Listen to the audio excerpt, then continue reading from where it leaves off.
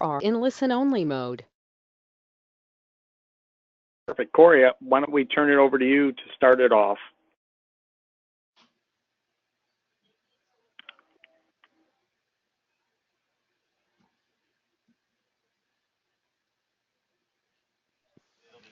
Perfect. Can we go back to the first slide then real quick?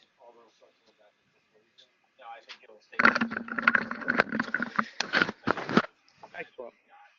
Jason, could you just go back a slide or two to Corey's slide? Thanks everyone for joining. Sorry we getting off to a little bit late start, but I'll turn it over to Corey now. There's your slide, Corey. Awesome. Thank you. So this is Corey Peters with SHI. I run our cloud solutions practice and just wanted to give you a brief overview of SHI, and then we'll dive into some of the webinar content.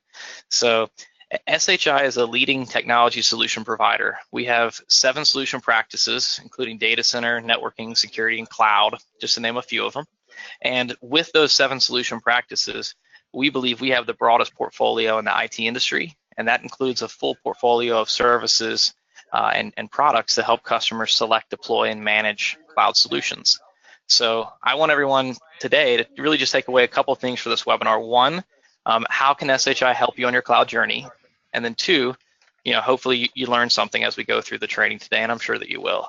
So how can SHI help? Well, we have solutions to help you select to begin with, and this is really about making sure that we're guiding customers to pick the right licensing vehicle for Azure. Are you looking at your enterprise agreement? Do you understand how your Windows licenses will move up to Azure? Are you identifying the correct workloads to move up through a migration assessment versus those workloads that should potentially stay on premise, for example? And then, are you working with someone to help you deploy and manage your cloud environment? And this is really where we leverage our delivery partners, such as Champion Solutions Group. They're one of our elite partners and one of our go-to partners, really, for Azure. And so we work closely with them because there's really more than 100 Azure services, and it's difficult to be an expert at everything. And so SHI has a portfolio of partners that we work with, and we bring in the right partner for the right customer scenario. And this includes migrations, it includes refactoring, automation work, if you're implementing DevOps and need some help, enablement workshops, etc., all the way to full account management, helping you drive your costs down through cost optimization and full managed services. And one of the ways that we certainly help customers is if you do have a Microsoft Enterprise agreement, you might have some deployment days that we can easily get started with a project. So we can use some of your Azure deployment days to do some assessment work and get started at a lower cost, as well as engaging through some funding programs that we can talk through with you if you're interested in that project. So that's just how SHI can help you select, deploy, and manage your cloud environment. And with that, I'd love to pass it back over to Champion Solutions Group to go through the webinar. Thank you, guys. Perfect. Thank you very much, Corey. And on behalf of Champion, we really value the relationship with SHI, and we've been working with doing services for SHI clients for the last 3 years, and really enjoy it. Just so you know, Champion, we've been around since 1979. We're headquartered in Boca Raton, Florida. I'm very happy today to introduce Jason Milgram with Champion. Jason is one of 26 Azure MVPs in the country, so I'm really happy to have him here. We've been doing a lot of engagements, Jason's team, everything from, on the Azure side, everything from education, assessments, architecture, proof of concepts, implementation, and managed services after it's all done. So, SHI, the group, is the company is fantastic at finding money out there too. If the money's out there for Microsoft, they'll find it. So a lot of these engagements, there's funding that can actually help offset some of these costs. So I'm going to turn it over to Jason now so we can get the most out of this webinar. We do have another Azure 201 as a follow-up to this webinar on December 5th at the same time. So if you haven't seen the invitation, you'll see the invitation coming out shortly. But thank you again for attending, and I'll turn it over to Jason now. Hey, good afternoon or good morning, everyone. This is Jason. I'm glad you all could make it. And hey, Corey, thanks for the intro, and Tony as well. So to get things kicked off, this is Azure 101. I also call it Azure Fundamentals. And we're going to cover a number of areas in Azure, not too many, but we'll focus on infrastructure. But I have this seeing eye chart up here for you, just to kind of show you how far Azure has come. And the types of changes that have occurred with it over the years. So Azure first became GA, generally available, in February 2010, and it started with just 3 services: Platform as a Service, Azure Storage, and Azure SQL. And many years later, today, there are over 90 different services in Azure. So think of Azure as Microsoft's strategy of abstracting every piece of the enterprise puzzle so that you can start consuming it as a service and take advantage of all of the Azure data center infrastructure and security goodness that they offer. And this chart, as you can see, actually does not have all 90 services because more have been created since this last chart. But it's also important to keep in mind when they started in February 2010, they had 3 data centers. And today they have data centers in 40 regions around the planet. So plenty of choose from to build out your workloads, whether it's just in North America or if you have global operations. Azure is definitely there to support you, along with SHI and Champion. All right, with that said, this is kind of a basic agenda that I was going to follow. And don't worry, we're not going to just focus on PowerPoints only. I do have some slides to go through, but we're also going to be diving into a test Azure subscription that I have that I use for demoing. Azure is a lot of different things. It's DevOps, it's software development, it's infrastructure, and the list goes on. But for the most part, we're going to kind of focus on infrastructure right now. We're going to talk about some how to set up networks in Azure and how to connect those. We'll talk about virtual machines and hard drives and storage. We'll talk about backup and DR, and we'll touch upon databases. So it's a good starting out point. It's when we work with mid and enterprise organizations, a lot of the times we'll get things started up by syncing their Active Directory with their Azure Active Directory, set up a virtual network and spinning up some VMs. It all depends what the clients want.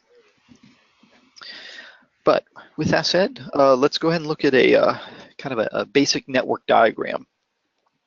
So this represents a kind of a traditional on-prem or in a rack somewhere, a diagram of a web app with a backend database. You have the firewall in front of your DMZ. You have your web services. You have your own DNS, and then you have a backend where you have the database services. And the reason I'm showing this to you is because I show you what this kind of looks like in Azure when you set it up. And it's really very similar. So one of the points I want to emphasize is that everything you know, everything that you've learned about setting up data centers or infrastructure in racks that are on premise or in other data centers, all that still applies. It's just some of the terms have changed, and you now have a web-based interface that you can configure all of these things and set them up relatively quickly. All right, so let's focus on this diagram as it exists in Azure. This dotted line on the outside, this represents a virtual network, an Azure virtual network. And you can have one or many of those. And the virtual network is a private network in Azure where you set the internal IP address ranges. And in that virtual network, you can set up subnets where you can set up virtual machines, and you can put in public-facing load balancers and internal load balancers for items not in the DMZ. So again, everything that you could build out in a rack in a data center or in racks in multiple data centers, you can now do through a clickable interface in Azure. So you might be wondering, okay, so we set up this virtual network, so now what? Now what do we do? Well, you can connect that virtual network to your on-premise network, and there's 3 primary ways of doing that. The first is a site-to-site VPN connection, where using your VPN device that you have with your current network, you can set up a gateway, and it will connect those 2 networks. So the Azure Virtual Network appears as though it's just resources that are part of your on-prem network. Now, when you do that, you don't necessarily have to make all of the resources you have on-prem available or even can be seen by your resources in Azure. You can control that. So that's a site-to-site VPN connection. Now, another option, and this can be done in addition to or separate, you can set up a point-to-site VPN connection. And that's simply like a VPN client. You can have it on servers or PCs or laptops, and that allows someone to connect from that device, from that point, right to your Azure Virtual Network and whatever resources they would have access to in that network. Now, the third option is for MPLS. So some folks have MPLS, which is private internet. Microsoft has a service called Azure Express Route, which allows you to connect your MPLS directly to Azure data centers. And we've done quite a few MPLS connections in the last 3.5 years, and we no doubt will be doing plenty more. All right, so you might be looking again at this very basic diagram and saying, okay, great. I've set up a virtual network in a data center. You showed me that we have data centers in 40 regions around the planet. What happens if I want to connect multiple data centers? The answer is okay, no problem. Here I just took that basic design and put it in 3 different data centers. And what you can do is connect those through Traffic Manager. So Traffic Manager is a load balancing solution for communication between and among Azure data centers as well as on-premise. So you can actually do load balancing not just between Azure data centers, but between some of those racks that you've set up on-prem or in other data centers. Traffic Manager has 3 modes of operation where you can do performance mode, which will take the end user to the closest, most available endpoint. You can also do a weighted round robin, and you can also do like a failover mode where you have 1 active and 1 passive until something changes and it switches. All right, so now, after having talked about those virtual networks, let's go ahead and take a look and see what those actually look like in Azure. So just to make sure you guys can see my screen, I'm showing the Azure portal. Corey, are you able to see that? Oh, Corey, I think you're on. Yep, muted, sorry. Yep, we see it. I can see everything now, looks great. Okay. All right, yep, just wanted to make sure. So this is the Azure portal. And through this portal, I can spin up, my own private data centers in Azure all around the planet without having to leave my desk and without having to purchase expensive infrastructure. But let's keep it focused. Virtual networks. Again, this is a test account that I have. I do a lot of demos in. So I'm clicking on virtual networks in the left-hand navigation here, and it's showing me a couple different ones I have. Some of these are left over from some training I did just yesterday on backup and disaster recovery. But let's look at my Azure VNet, my Azure Virtual Network. This is just a friendly name. And let's look what's in it. So when you set up that Azure Virtual Network, one of the early things I mentioned was that you set up what is the internal IP address range of that virtual network. And you can add multiple ranges. So here I did a 192 /16. And let me just find, I have an image that I stored, because sometimes someone says, oh, a /16, and they just think everyone knows what that means.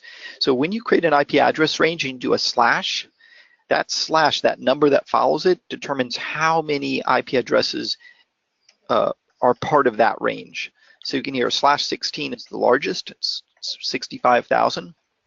But if you see smaller ones like a /24 or even a /28, those are just the number of IP addresses that are available in that range.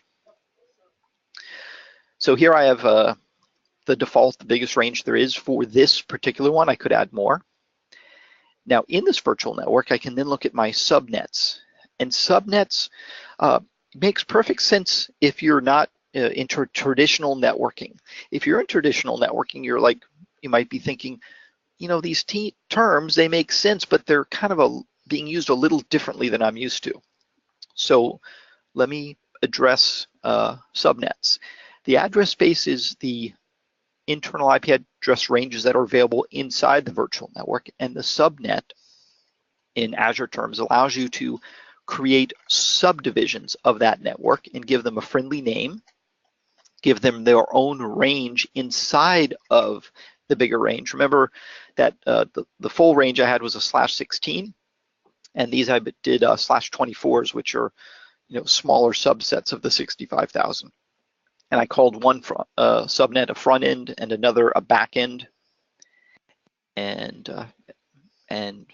the gateway subnet is actually the subnet that's used for the gateway, where I can set up the site-to-site VPN or the point-to-site. Now, one piece I'm going to just kind of jump through very quickly because I'm not sure we have enough time. It's actually, we covered in a lot more detail in the next webinar series that we do on security. But with each of these subnets, I can set up an Azure firewall where I can kind of choose the inbound types of inbound connections that are allowed, and as well as the outbound. So subnets are a great way to organize the infrastructure and the things you're putting in there. It also allows you to put security around the entire subnet. All right, so we have the address space, we have the subnets, DNS servers. By default, you can just do with the Azure provided DNS. But if you have your own DNS servers, you can switch over to custom and put their IP addresses in there. They could be internal, they could be external, could be a whole range. It's up to you. Now, once you have everything connected and you start adding resources into that virtual network, you can just click on connected devices and you can see everything inside of it. So in the case of this virtual network, you see I have these network interface cards. They're not, it's abstract. It's a virtual network interface card that's tied to different VMs that I have. So I can see those, my gateway, and I can see what subnets that are assigned to each of these connected devices inside this virtual network. All right, so the last piece, let's just quickly look at the network security groups, because I think this does play an important role. Let's look at the, the front end. So for those of you familiar with the Windows firewall on the Windows operating system, you're probably familiar with these inbound and outbound rules, and it works just the same. You can set up your inbound rules. You can give them priority. You can say, do it by port.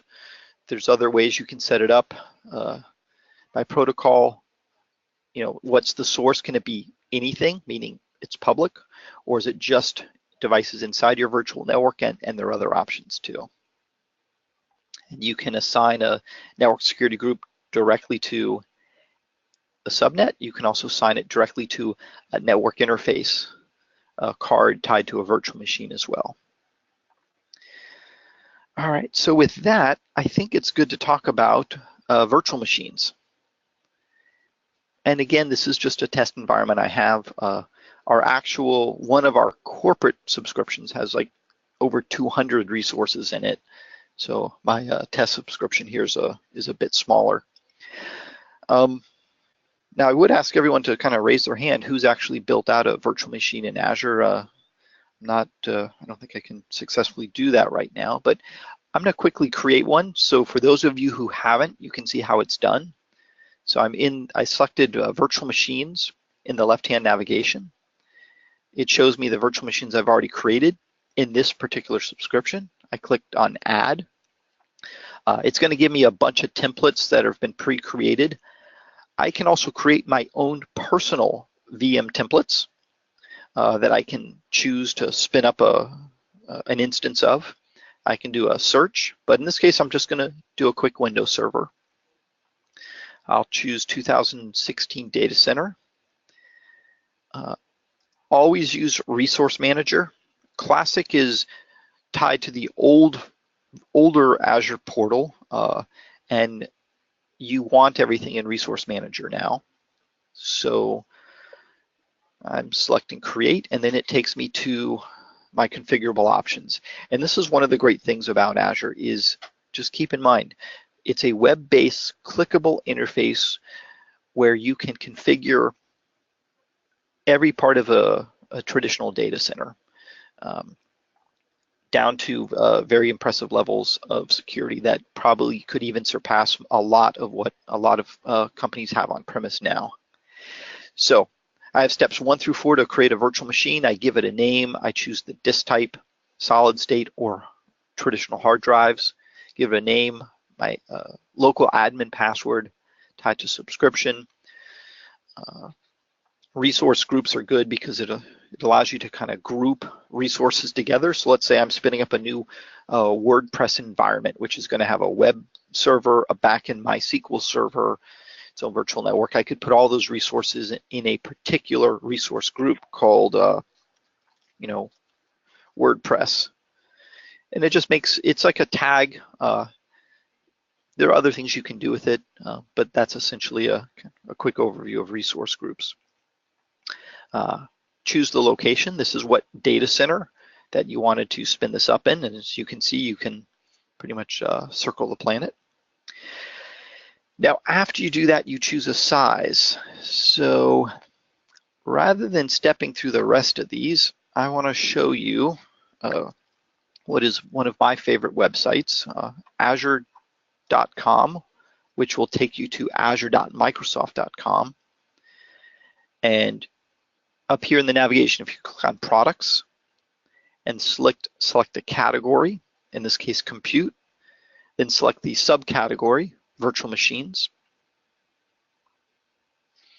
Pretty much all the subcategory pages are arranged like this. Takes you to a kind of a high level page, then has links to pricing and documentation. So let's just look at pricing. And this is where I can see all the different VM sizes. I choose the operating system I wanted to spin up, and as you can see, there are quite a few. We'll go with Windows for right now. Check the region that you're spinning it up in, because that can impact pricing. Now, you pay for all these resources, the virtual machines, hourly. So what we advise, especially a lot of VMs, is if you don't need them running 24/7, you can set up automation very easily, and it'll shut those down during certain hours, so you're not billed for them. But if you are considering running it 24/7, switch this to monthly. You're still billed hourly, but this will just show you what the monthly total is. And they break them down into these categories of virtual machines, and you can see the different sizes.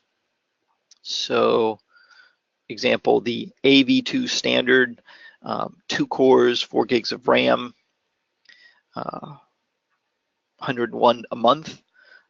If you're using your hybrid benefit, which means you are bringing the license for the operating system. There's a reduced cost. This is all public information, but it's a great way to see the different VM sizes that are available to you. And as you can see, there are quite a few, and what their costs are. All right, so the next topic we're talking about in the PowerPoint was on hard drives and storage. So I want to kind of brush upon virtual machines first. So let's talk about Azure storage. And it used to be that you would create hard drives out of Azure storage, but Microsoft's been moving people away from that and allowing you to set up what they call managed drives in Azure. So we'll look at that pricing separately than Azure storage. Now, with Azure storage, you can create one or multiple storage accounts. Each storage account can hold up to 500 terabytes of data. Now, in your storage account, you have 4 services available to you that they're there by default, and you can use them or not, it's up to you. There's blob storage, which is for binary files or unstructured object data, meaning it can be a PDF, a movie file, a Word doc, a CSS file, doesn't matter, just files. Table storage, typically used by developers. It's like a spreadsheet in the cloud with rows and columns of data. It's very fast. You can write a lot of applications just working off of table storage. There's queuing, which is a messaging workflow that you can use for inter or intra communication between apps and processes you're building. And they also have Azure File Storage, which is uses the SMB protocol. You can connect a mapped virtual drive to multiple PCs or servers. I think by default, each map drive can be up to 5 terabytes in size. All right, so in Azure Storage, another concept that's important is hot versus cold data. And this can be important because if you're moving a lot of data that's rarely used, it's just for backup and archival purposes, you would want cold storage because it does cost less. It's not quite, but almost half the price is hot storage. And if you start dealing with large quantities of data, that absolutely makes a difference in cost. Something else with storage types, you can choose saying, hey, this blob storage account, I want it locally redundant, meaning, actually, let me step back. So each of these services and storage that you use, they're by default already set up for disaster recovery and load balancing and clustering. All you do is you have an endpoint to address the storage and put your data in there. So with locally redundant, it means all those multiple copies exist in the same data center. There's also a geo-redundant option where a bunch of those copies exist in the same data center, and then other copies of it exist in another data center at least 100 miles away. There's another option called read access geo-redundant, which means the copies that are in the other data center at least 100 miles away are also read accessible. So that can help with I/O performance with accessing that data. There's a couple other variations of that, but that just kind of highlights the basics. Now, one thing that's pretty cool with storage, and this is specifically with blob storage, is you can enable CDN, Content Delivery Network, on blob storage. So for those of you who remember back in 1998 or 99, there was pretty much one primary player in town for CDNs, and it was Akamai, and the cost back then to turn on a CDN, a Content Delivery Network, was $1 million. Today, it is free to turn on. You go to blob storage, you click Enable CDN, and it's enabled. the data is copied into all of the edge servers in all of the Azure data centers around the planet. So when someone accesses that particular file, maybe it's an image or a PDF or a movie or a CSS file, they'll be taken to the closest, most available endpoint. And it does make a big impact in publicly accessible content. I did this video where I uploaded a 1.8 meg file into CDN and then into a rack in a data center that had all the bandwidth that's needed. And as you can see, there's a speed difference. The top was the CDN, it's already done. The bottom one is still loading. So I think we did the math, and it was faster by a factor of 7, which is pretty significant. For those of you who are wondering, what is that screenshot? That is from the older version of Plants vs. Zombies. Yes, it's a game. It's the final level, and with that layout, I never lost the final level. So if you want to make a screenshot, use that yourself, please do. All right, so before we jump into backup and DR, let's go look at some hard drives and storage and see what that's about. All right, so again, the Azure website, I'm clicking on products and going to storage, and I'm just clicking on the storage header there. And I'm going to click on pricing details. So we talked about those different services. Here's blob storage. Here are my different options of storage types. Because depending on the service you use, there is a different cost associated with it. We also then have the redundancy option, locally geo and read access geo, which region it's to be in, and then of course the currency that you'll be using. So blob storage is the least expensive of the storage. You have hot and cool storage. This is the price per month per gigabyte, up to the first 50 terabytes. Now, I'm gonna jump. So we also have file storage, which is the SMB storage, if the table and queue, but we didn't really talk enough about the disk storage. And this is part of storage, but the pricing's separate. So if you're have a virtual machine and you want to attach one or more drives to it, you would. It is highly recommended to use manage disks. You have two options when you choose a managed disk. The first is premium managed disks, which are solid state disks. So those are fastest available. About 500 times faster, I think, than traditional hard drives. Now, you also have standard managed disks, and you can see there's a quick change in the pricing. So if I wanted a 1 terabyte drive attached to my VM, that would be $40.96 per month in US currency. But this is where you'd go. You could look at the pricing, play with the different storage options, read through them, understand the differences, or of course, we're always happy to work with you and help build out your Azure environment. We do training, we do implementation, we do managed services. All right, so what does a storage account actually look like in Azure? Let's go take a look. So one of the things about this interface here is when you set up an Azure account, you get a default navigator set up, but you can control everything in here. Let's say SQL databases are very important to me. I can drag that up to the top. And I can also say, you know what? SQL databases aren't actually as important to me anymore. Oh, right, I have this open. Let's close that.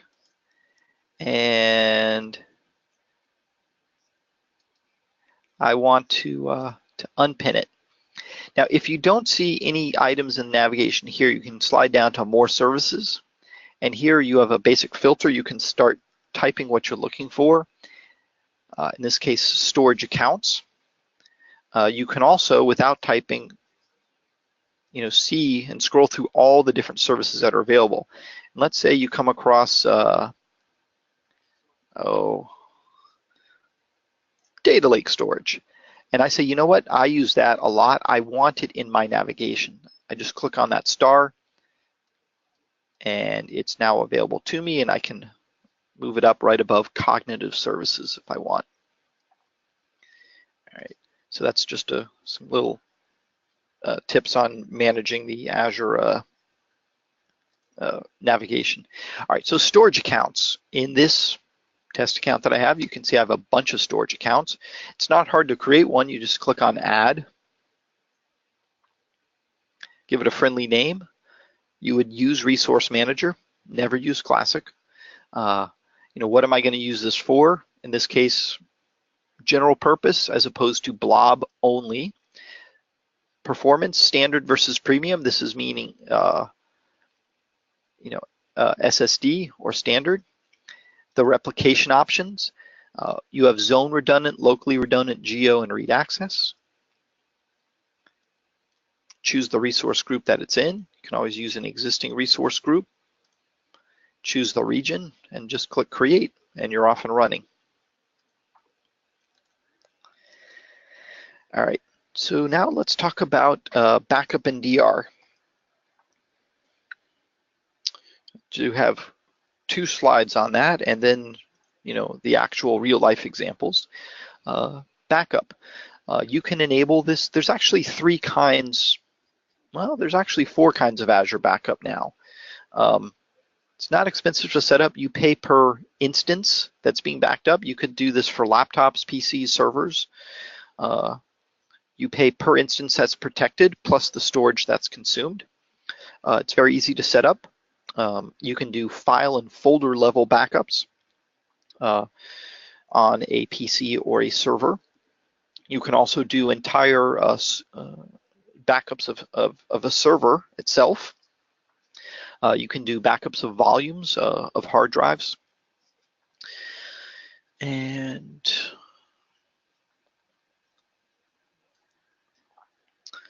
let me show you if I still have it here in Azure Storage account.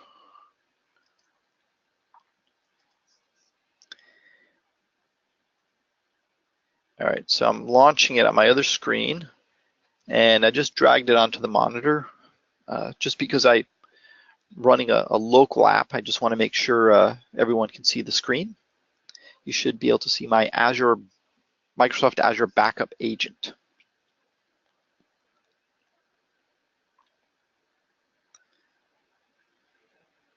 Okay, I just got a message that yes, you guys can see it. All right, so this is for doing file and folder level backups. You can choose what it is you want to back up, how often it's backed up, and then how long different versions of that backup are kept.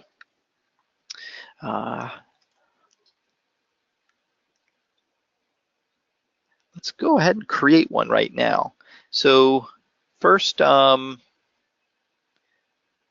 going to adjust the one I'm using right now. First, I select the items I want to back up. Now this is for file and folder. I can do multiple files. I can do an entire volume. In this case, I'm just backing up a particular folder in which I have a single image. I choose my policy for how often it is backed up. And then this part's important, the retention policy. This allows you to trim down the number of backups that you have. You can trim it down, how many dailies do you want? Okay, I want eight dailies. And how many weeklies? So this is the 1 per week. We'll keep a month worth of that. And then, if I wanted a monthly or yearly, I could do that too. Just confirms everything and I finish. Now, if I ever need to recover files, I can just say recover data, telling it this machine. And instead of doing a volume backup, I'm doing individual files and folders. I'm selecting the volume, and then I select the date and time of the backup I wanted to use. So once I select that, it actually is going to mount a virtual drive to my machine that has the recovered data in it, so I can then choose what to do with it. Did I just want to look at it? Do I want to replace it with what I have, or am I just copying it down because I accidentally deleted what I had, or I need to see what a particular spreadsheet or database looked like from 2 weeks ago? So that's what it's doing now. It's creating the mounted volume, which it just did. So I have this mounted cloud volume of my backup data, and there's the one image in it that I backed up. Now I'm going to go ahead and unmount that because I don't need it anymore. So that's file and folder backup, but backups can do a lot more than that. You can actually back up an entire virtual machine, and it's very, very easy to do so. Let's see, here's Vault Test 2. And in vaults, storage vaults, I can have backups, and I can also set up site recovery. And with backups, I can do, let's say I want to back up an Azure virtual machine. I choose my backup policy. You can create your own policies. I have a default one in place. And it's going to list out the machines that I can back up. And I just say, okay, you know what? I need to back up this front-end Linux box that I've got. And I select OK. And all I do is click Enable Backup, and it's going to start that process. So what that process is, we can look at under Monitoring Reports for this storage vault. I can look at past backup jobs. And I can see that yesterday, I did a backup of a VM. It took 45 minutes to do the full backup of that virtual machine. But now, if I want, I can click on that, and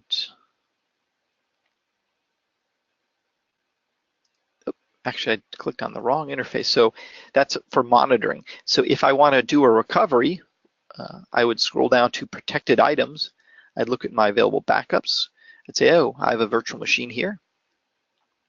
I select the VM. I can see the last restore point that's available. I click on it, and I have two options. I can just say backup now if I want to tell it to, do a new backup. I can restore the VM, or I can also do file recovery. And file recovery, very similar to what we did file folders. Maybe I don't actually want to recover the entire VM. I just need one of the drives on it. So it gives me that capability. So very easy to use, very powerful tool. All right, let's look at, okay, we're also going to cover disaster recovery. So let's take a look at that. Now, disaster recovery is very important. You can set up what in Azure terms, I call it site recovery. And you can set up a site recovery for bare metal servers, Hyper-V, and VMware machines, where it's going to create an initial copy of that machine and store it as a VHD file in Azure. And you would set up how often it syncs, how often does a Delta sync for any changes in that machine. So if there's ever a disaster, you can then take that VHD and turn it into your new production machine and have everyone fail over to that. I actually did 2 of these yesterday, and I think I have one in this vault. Let's take a look. So under protected items, replicated items. Okay, yep, so I do. And here's this machine that's in one region, and I have in fact, it has this little map here, it shows me. So this virtual machine exists, the production version, in this data center, and I have it doing a Delta sync to a recovery version of that machine in this data center.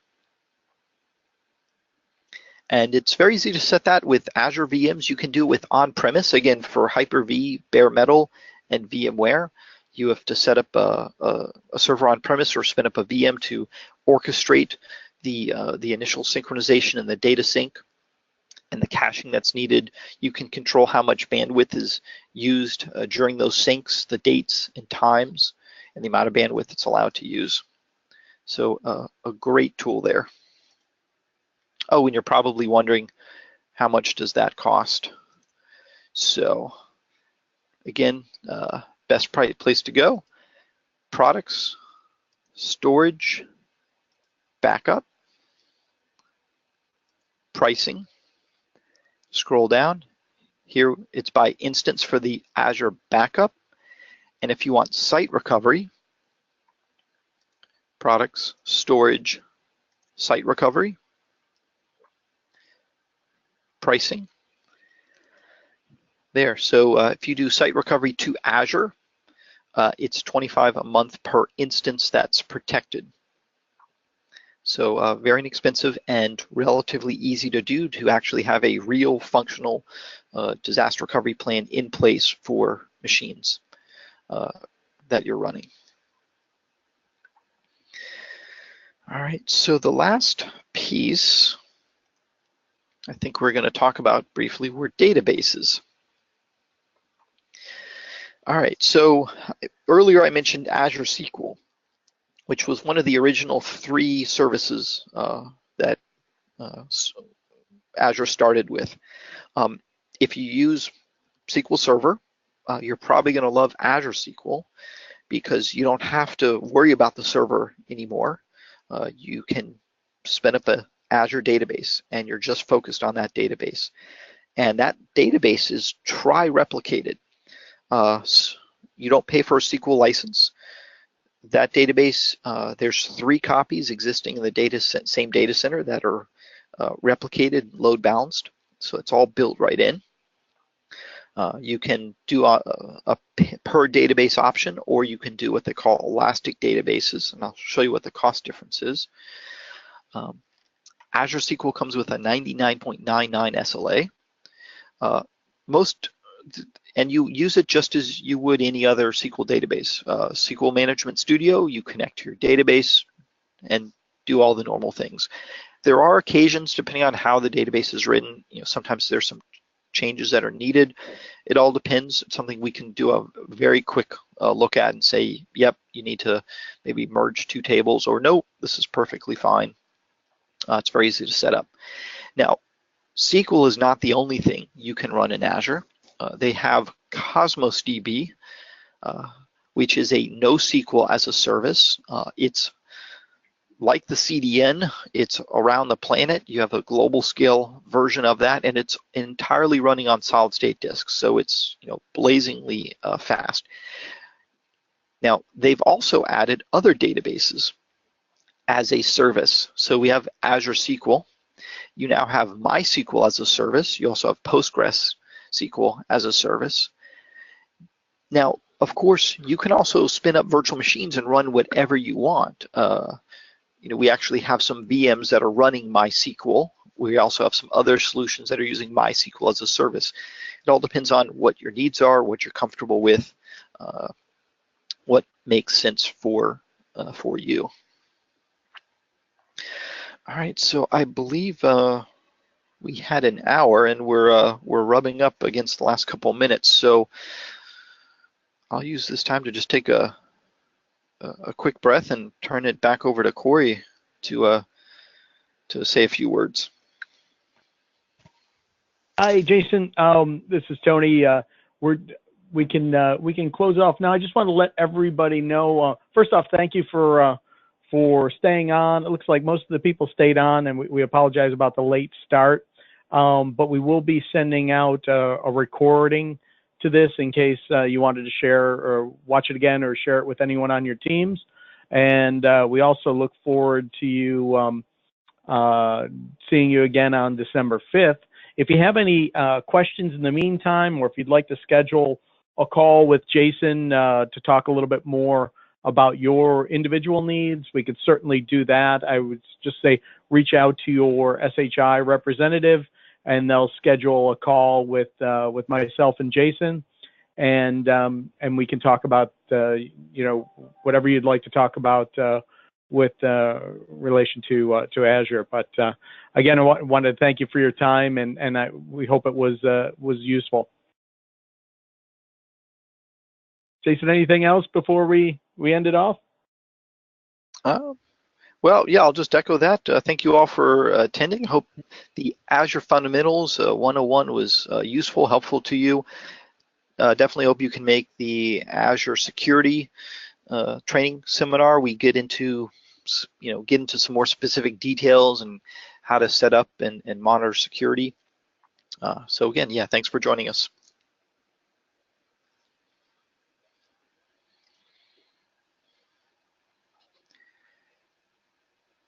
All right, so with that said, we hope to see you next month. Take care, everyone.